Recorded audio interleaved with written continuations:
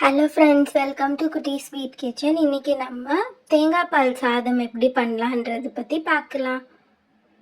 அதுக்கு நம்ம 1 டீஸ்பூன் சோம்பு, 2 பிரியாணி இலை, பட்டை, 1 ஸ்டார் ஆனிஸ், அப்புறம் 6-7 லவங்கம் எடுத்துருக்கோம். ஒரு முழு தேங்காயை அரைச்சி நம்ம பால் எடுக்க போகிறோம். இந்த மாதிரி 1 ஃபுல் தேங்காய் எடுத்துக்கோங்க. அரைச்சி இது தனியாக பால் எடுத்து ஒரு பாத்திரத்தில் வச்சுக்கோங்க. 2 வெங்காயம், 1 தக்காளி, 3 பச்சை மிளகாய், அப்புறம் 1.5 டீஸ்பூன் அளவுக்கு இஞ்சி பூண்டு விழுது எடுத்துக்கோங்க. இப்போ நம்ம புதினாவை நல்லா கட் பண்ணி கழுவி வச்சுருக்கோம். 1 கைப்பிடி புதினா எடுத்துக்கோங்க. இப்போ நம்ம நான் 2.5 கப், அதாவது 2.5 டம்ளர் அளவு பாஸ்மதி அரிசியை 20 நிமிஷம் தண்ணியில் ஊற வச்சுருக்கேன். 1 ஃபுல் டீஸ்பூன் நெய் போட்டுக்கோங்க. அப்புறம் 2 குழிக்கரண்டி அளவுக்கு எண்ணெய் ஊற்றிக்கோங்க. இது நல்லா உருகிட்ட பிறகு நம்ம எடுத்து வச்சிருந்த அந்த ஸ்பைஸ் எல்லாத்தையும் போட்டுடலாம். பட்டை, லவங்கம், பிரியாணி இலை, அந்த ஸ்டார் ஆனிஸ், சோம்பு எல்லாமே போட்டு கொஞ்சம் பொரிய விட்டுடலாம். இப்போ அரிஞ்சு வச்சிருந்த வெங்காயத்தை ஆட் பண்ணிடுங்க.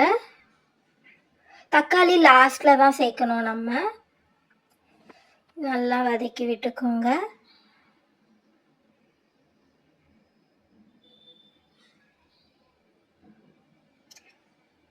இந்த மாதிரி நல்லா பச்சை வாசனை போகிற வரைக்கும் நல்லா வதக்கிக்கோங்க. இப்போ நம்ம கட் பண்ணி வச்சிருந்த 3 பச்சை மிளகாவையும் ஆட் பண்ணிடலாம். அப்படியே இஞ்சி பூண்டு விழுதையும் ஆட் பண்ணிடலாம். இப்போ நல்லா மிக்ஸ் பண்ணி விட்டுக்கோங்க. இது ஒரு ஈஸியான ரெசிபி தான், சீக்கிரம் செஞ்சிடலாம். நம்ம இன்க்ரீடியன்ட்ஸ்லாம் நான் சொன்ன மாதிரி முன்னாடியே சொன்ன இன்க்ரீடியன்ட்ஸ்லாம் எடுத்து வச்சிட்டிங்கன்னா சீக்கிரமாக செஞ்சிடலாம். இது மாதிரி பச்சை வாடை போகிற வரைக்கும் நல்லா வதக்கி விட்டுக்கோங்க. கொஞ்ச நேரம் அப்படியே விட்டுருங்க, அது குக் ஆகட்டும். இப்போ இந்த ஸ்டேஜில் நம்ம புதினா வச்சுருந்தோம் இல்லையா, அதை ஒரு கை அப்படியே போட்டுடலாம். நல்ல ஃப்ளேவர் வரும் புதினா போட்டால், டைஜஷனுக்கு ஹெல்ப் பண்ணும். இப்போ உப்பு போட்டுக்கோங்க.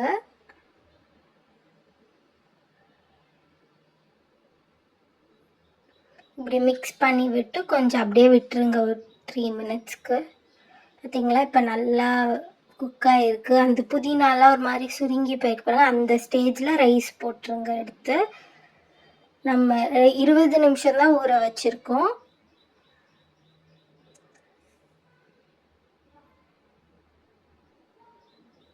இப்போ நம்ம நல்லா இதை மிக்ஸ் பண்ணி விட்டுக்கலாம்.